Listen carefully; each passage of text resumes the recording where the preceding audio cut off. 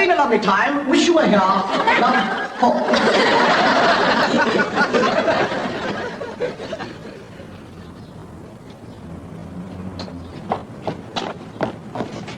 Morning, sir. Morning, sir.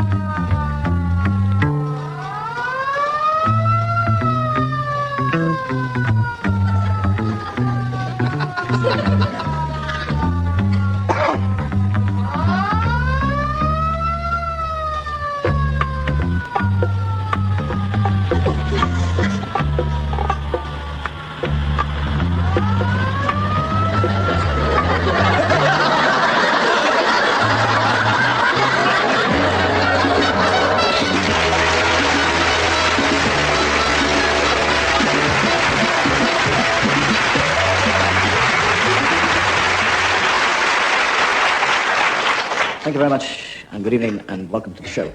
This is what we call in the business doing the opening spot. And I looked up the word spot in the English dictionary, and it means a nasty stain or blemish. A small swelling likely to pus. See pimple. Good evening, ladies and gentlemen, and welcome to the opening pimple. It's a strange thing, actually, about appearing on television, that you do actually leave yourself open to, I don't mean criticism so much as remarks. I was in a bar quite recently, and a fellow said to me, he said, I saw your last series twice. And I said, oh, thank you. And he said, do people send in funny stories? And I said, yes. He said, why don't you use some? I said, if you didn't like it, why did you look at it twice? He said, I couldn't believe it the first time.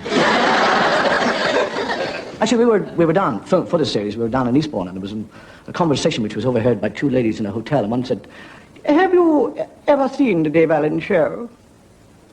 And the other one said, no. She said, it's on BBC Two. And she said, I didn't say I couldn't receive it. I said, I haven't seen it.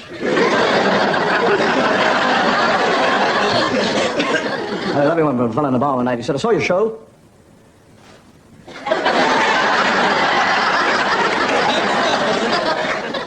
In the hospital with a hernia. Very rapidly dealt karate chop. He's a tall fella. The question I'm asked actually is the glass. A tremendous amount of people sit at home wondering what I've got in the glass. They're always coming up and saying, is that whiskey? Gin? Brandy? I can tell you here now, and I mean this very honestly, that is plain, honest to God, ginger ale.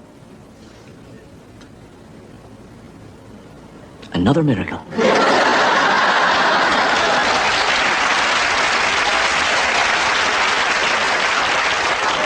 It just goes to prove that the power of prayer works. It is said that 1 drink is enough, 2 is one too many, and 3 is not nearly enough. But actually, a lot of people will disagree with me, but I would say that booze is the key to heaven. Truly, I mean that. A lot of people think if you want to get to heaven, spend your life on your knees. I tell you, if you want to get to heaven, booze, drink. Because when you drink, you get drunk. When you're drunk, you sleep. When you sleep, you do no wrong. And when you die, because you spent your life doing no wrong, you'll go to heaven. So if you want to go to heaven... We had a very famous man in Ireland once called Daniel O'Connell, one of Ireland's greatest wits, writers, poets, and politicians. And he once said of alcohol, as several, it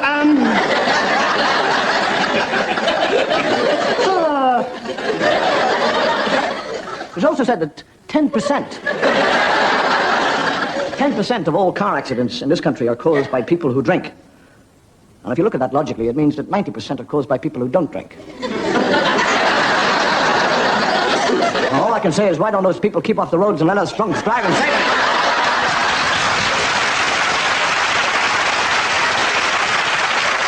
Surprising actually what people will do to get money to drink. For example, many years ago, there was a farmer in Ireland who, when ploughing, dug up an ancient Celtic burial ground, littered with corpses. And I thought, by God, all them skulls. I'll go down to Shannon Airport and I'll wait for the Americans to come off. And I'll sell them the skulls. I'll tell them that it was an ancient king of Ireland. And them gobbeens, they'll give me the money and I'll get the money to boot. And he's down at Shannon Airport and there's an American there. He goes, excuse me, sir, are you an American? I said, I am, yes, sir. He said, would you like to buy a souvenir of old Ireland? He said, what sort of souvenir? He said, I have, sir, in here.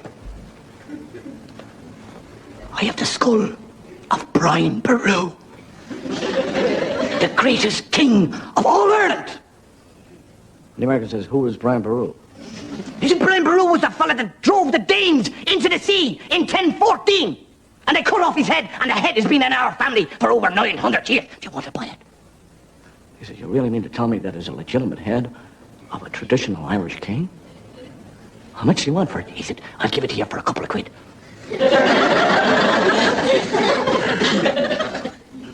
Pays him. And a month later, he's back in Shannon Airport. And there is the same American. But the fellow's been on the drink, and he doesn't remember. He said, are you American, sir?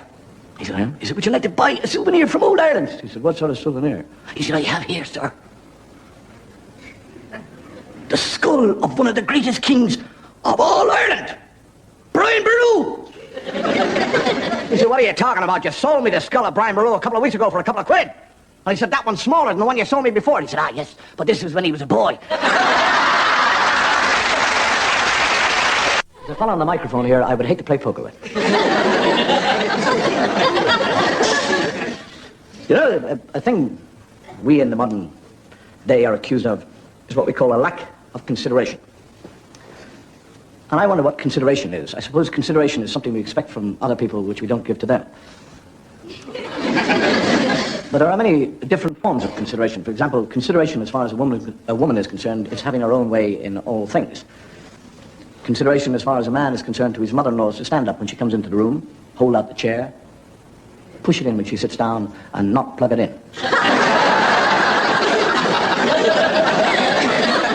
Consideration to your doctor would be to remember only to get sick during surgery hours, and never on a Sunday. Consideration to the government in times of trouble is to vote the opposition in. Consideration on the part of a bride to the groom on the night of the honeymoon is to remember that he is not the best man. Consideration to your bank manager is to take your overdraft to another bank. Or consideration to your gravedigger when you die is to be cremated. As far as I'm concerned, what I would call the true epitome of consideration would be Judas with his 30 pieces of silver offering to pay for the Last Supper. But despite what people say, there are many very considerate people in this world. Well, here we are again. I suppose you're familiar with this type. Oh, yes. Damn shame, really, isn't it? Christmas Day, peace on earth and goodwill to mankind. And what's Jerry doing? Dropping bombs on us. Well, I suppose we better get on with it. I just unscrew these little screws here. There's one. Sure. I'll be slightly careful in case it's a booby trap. There's two. Sure. Here. I gently remove this plate here. You could put it down here. Now, inside. I say, look at this. It's a Christmas present from Jerry. Oh, sir. To us. Huh?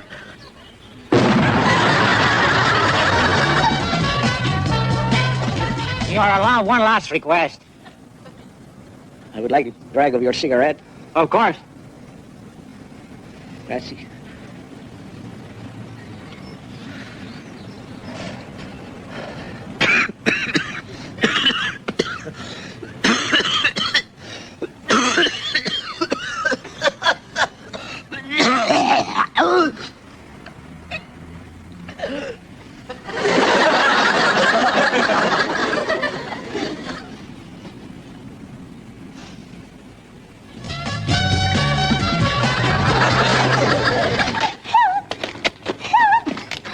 You're still alive.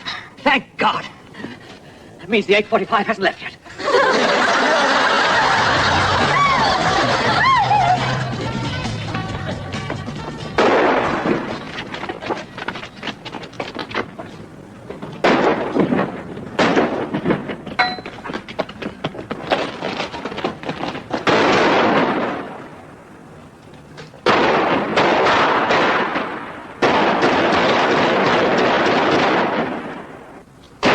Okay, Copper! Come and get us!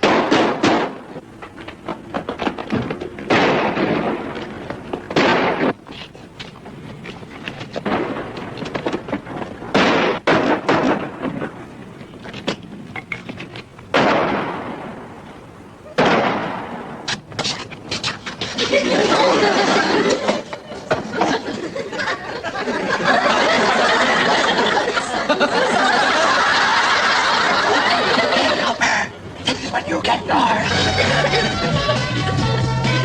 I shall now read the last will and testament of the late Nathaniel Grimsdyke. Yes, well, go on, go on.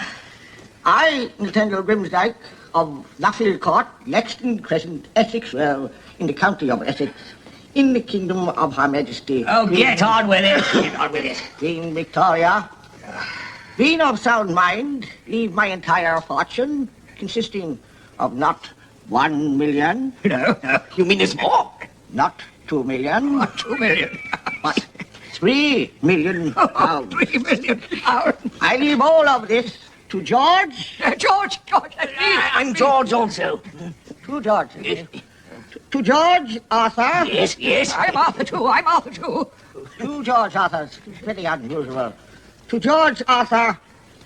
I can't seem to make out the last. I think it might be B. B, he's mine. Oh. On the other hand, it could be a C. She's mine, all mine. 3 million pounds. And in the event of their decease, I leave my entire fortune to my friend and solicitor, Archibald Rumble. That's me.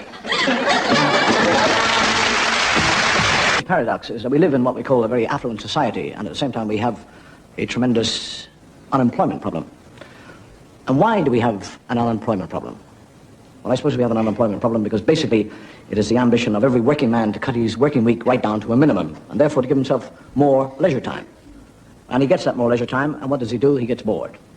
And to alleviate his boredom, he takes a part-time job. And does somebody else out of a job. And I think the only answer to unemployment is to give everybody work. For example, a fellow offers him a job, and he said, what do you want me to do? He said, I want you to go down to the crossroads outside the village and await the second coming. He said, the what? He said, the second coming. We are believers that there will be a second coming. The Messiah will come a second time. Now, you go down there and watch for him. He said, just sit there all day and watch for him. He said, and off he goes. And he sits there for an hour, 2 hours, 3 hours, a week, 2 days, goes on, a month. And after 2 months, he comes back and he says, that is not, I'm giving it up. I'm not going to stay down there at the crossroads waiting for the Messiah to come up the road. He said, it's not only badly paid, it's a boring job. And the fellow said, yes, but you have it for life. It's a strange thing, actually. We live in what is more of a militant society.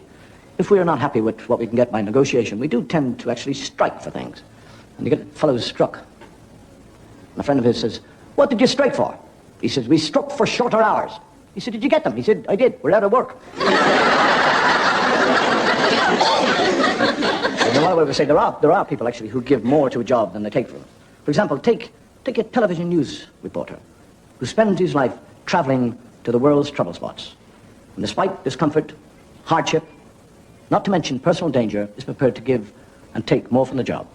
This is Geoffrey DeWitt reporting the war-torn and besieged city of Santa Almondo. The rebellion is over. The rebels under Sancho de Vera have taken over the country. Sancho de Vera, president for only 1 hour, is in control. Already his supporters are out, rounding up, shooting and murdering the supporters of the last regime. It is apparent that Sancho de Vera trusts nobody. In this massive purge, no one is safe. And I mean no one. Geoffrey DeWitt, BBC News, Santa Almondo.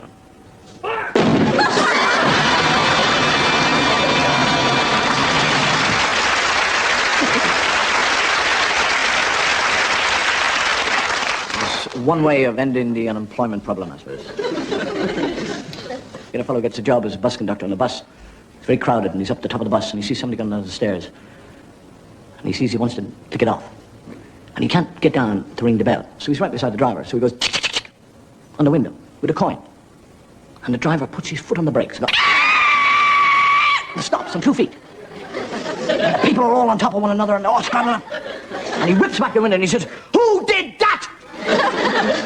The conductor said, I did. He said, well, don't ever do it again. He said, why? He said, I used to drive a hearse.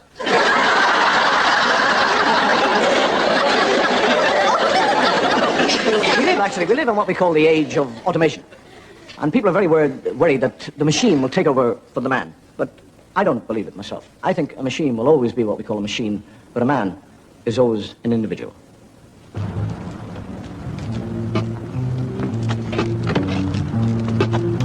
Hold it. On it. Hold it. On it.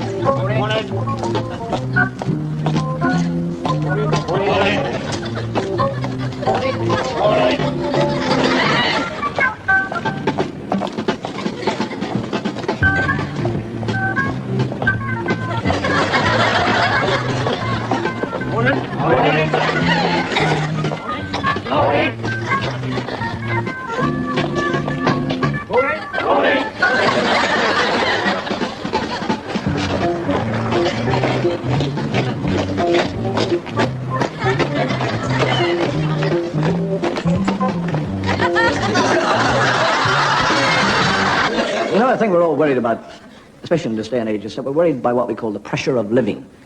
We're all trying to get away from it all. There's a story about a man in a bar, and he's very dejected, sad, down. And the barman said, "What's wrong with you?" And he said, "I'm sick." He said, "I'm sick of it all." He said, "I'm sick of my wife, children, the mortgage, the bills, the boss. I'm sick of all these pressures which are coming in on me. And they're beginning to destroy me." And the barman said, "You know," he said, "I had a man in here about 4 or 5 years ago, exactly the same as you. And he gave it all away, and he's the only man in the world who has discovered the secret of peace and tranquility. He has actually discovered, by inwardly looking at himself, the secret to pure happiness." And the fellow says, "Where is he? Where is he? Where does he live? Because I must find that secret from him." And the man said, "I don't really know.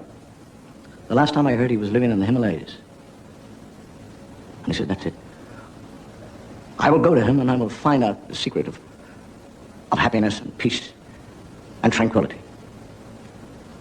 And he leaves his wife, walks away from the job. He searches all what we call good living today. And for 7 years he searches for this man. And after 7 years of searching and seeking, he eventually arrives on a mountain and he finds that man.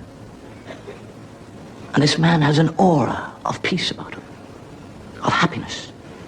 Contentment is written on his face.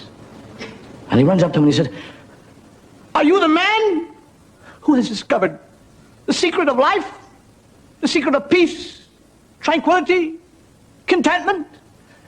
He said, "Yes, I am." He said, "Give to me your secret. It's the only way that I can be saved."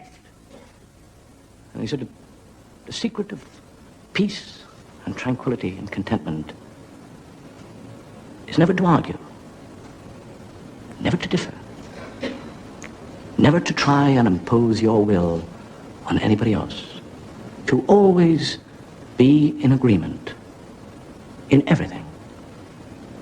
And the man said, "That's not the secret of peace and tranquility!" And the fellow says, "All right, it's not the secret of peace and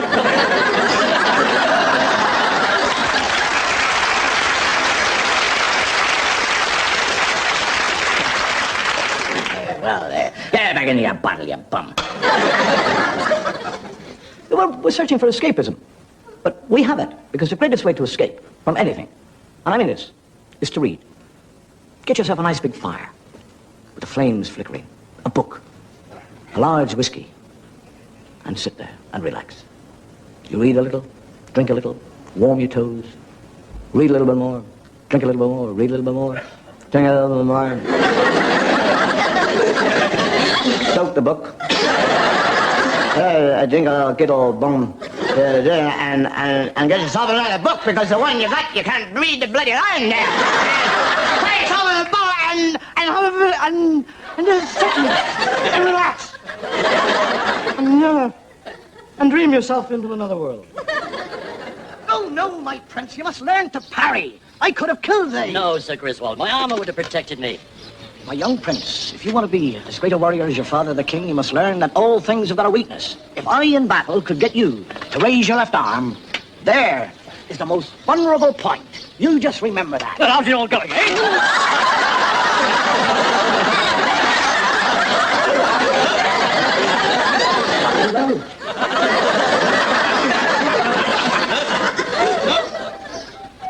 Rapunzel!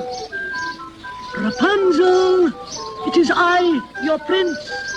Let down your hair.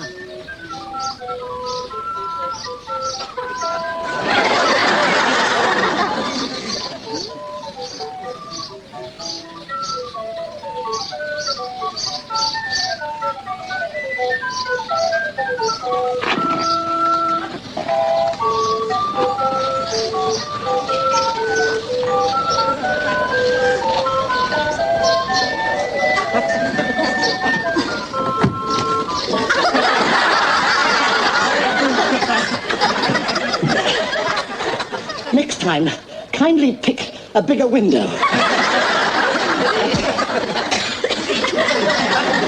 Polonius dead?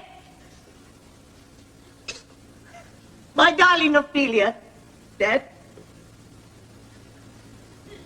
And Yorick dead? Alas, poor Yorick. I knew him well.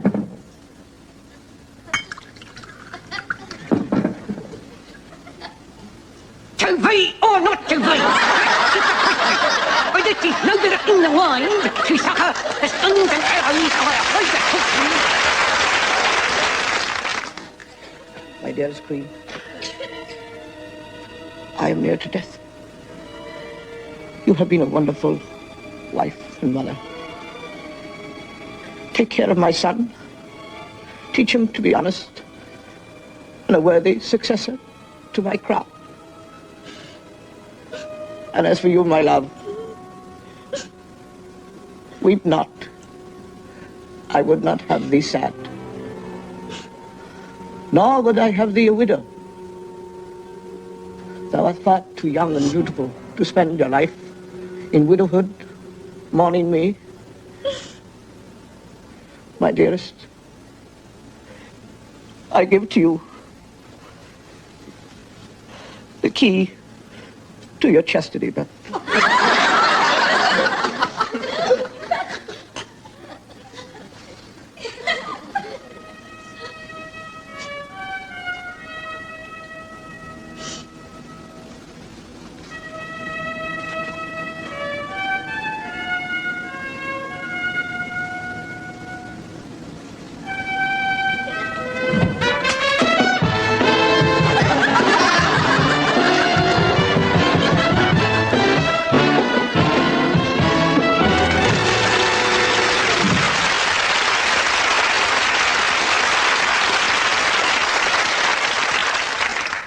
Made me cry, that.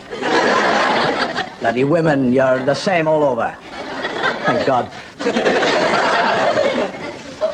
We come back to reality.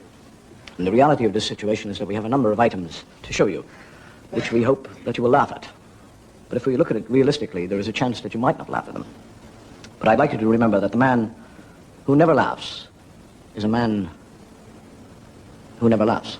And the man who laughs loudest laughs longest. And the man who laughs longest laughs alone. And the man who laughs alone has got a filthy mind. Robbery! Robbery! Read all about it! Robbery! There on the street robbery! Thank you.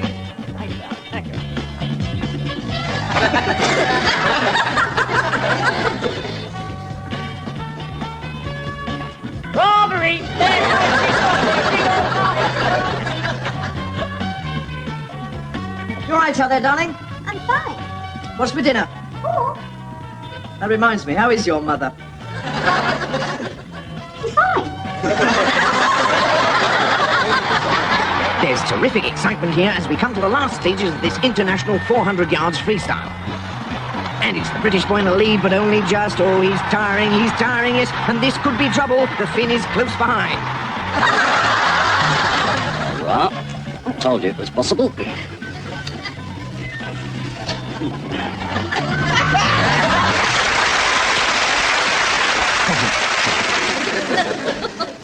Dean Swift once said that we have just enough religion to hate, but not enough to love. And religion basically is based on what we call fear. We are told that if we're good, we will go to heaven, and if we are bad, we will be cast down into everlasting flames.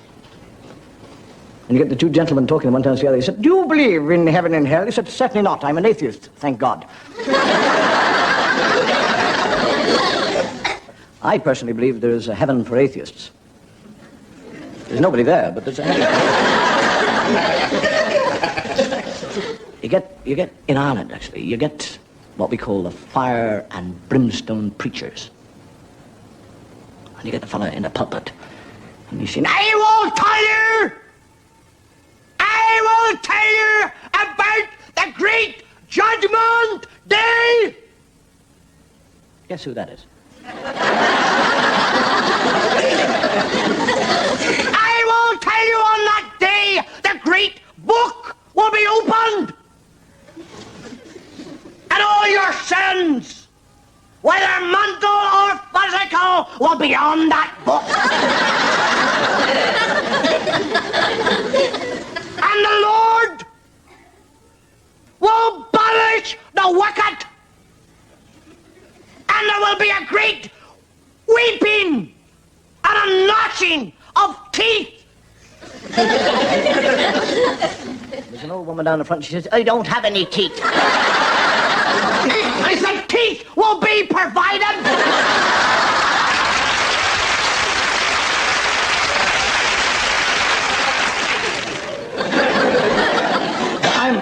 I am asked, actually, by people. They ask me.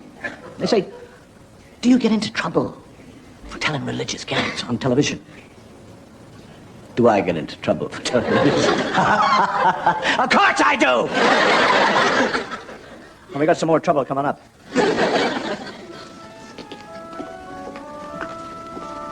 Good morning. Morning. The vicar won't be long.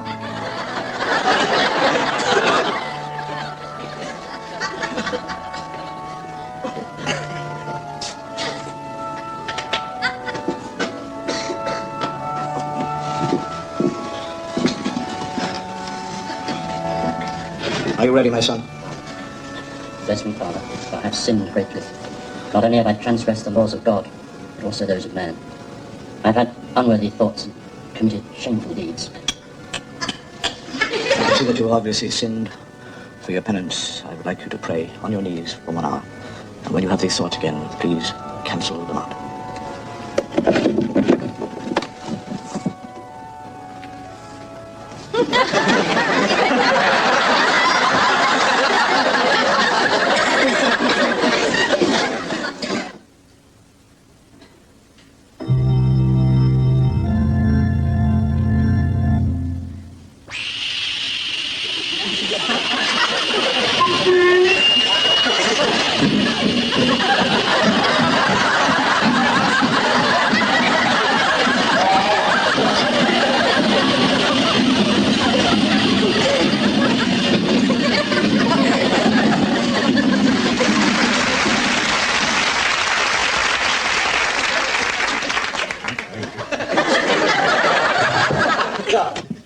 That's 5 winners on a trot. That's right. I make that £35. That's exactly what I meant. I don't know how you do it.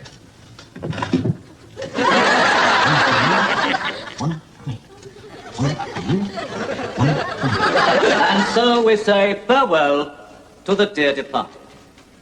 A man known to all his friends as the Joker. A man remembered by his friends for the laughter that he brought into their lives through the thousands of little harmless, practical jokes that he perpetrated. And so we say farewell.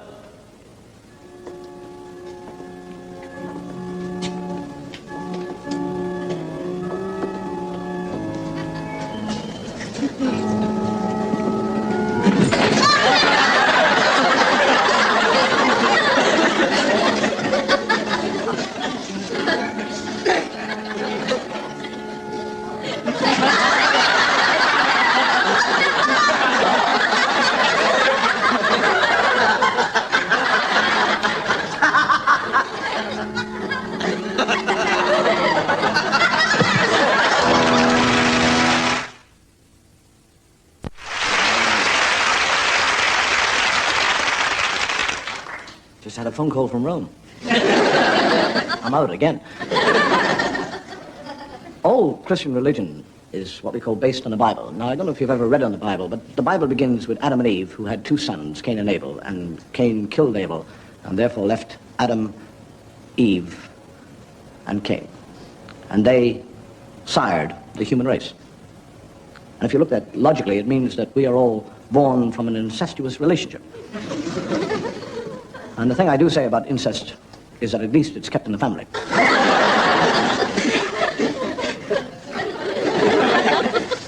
I don't know if you've read about Abraham and his wife Sarah, who gave birth to Isaac when she was 91 years of age. He was 100 at the time. Methuselah, who was 969 years of age, only had one son. I suppose he tried it once and he didn't like it.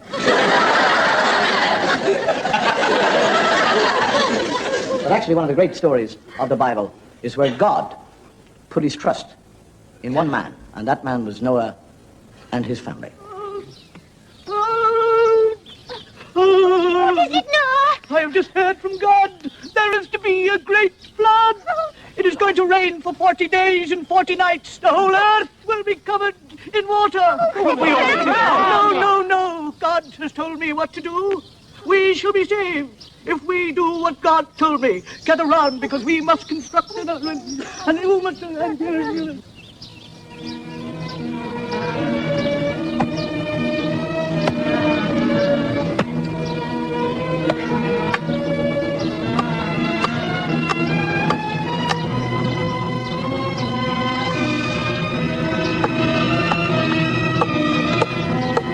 We must hurry!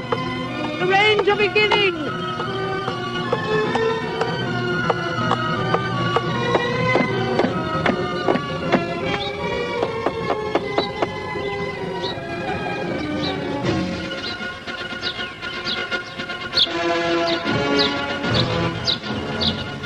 Are you sure he said park? Hey? Are you sure he said park? Of course he said park. He's my God!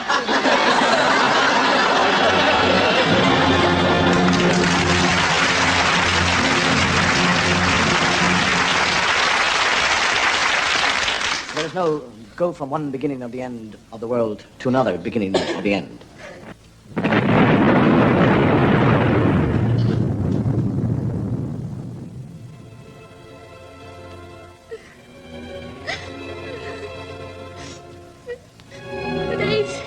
Days searching.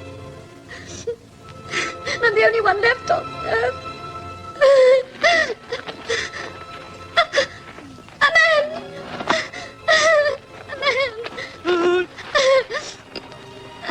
Woman!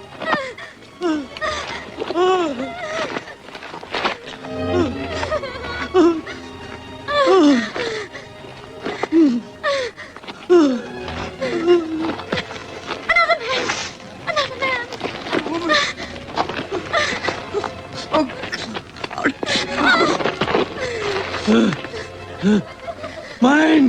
No! Mine! Got it!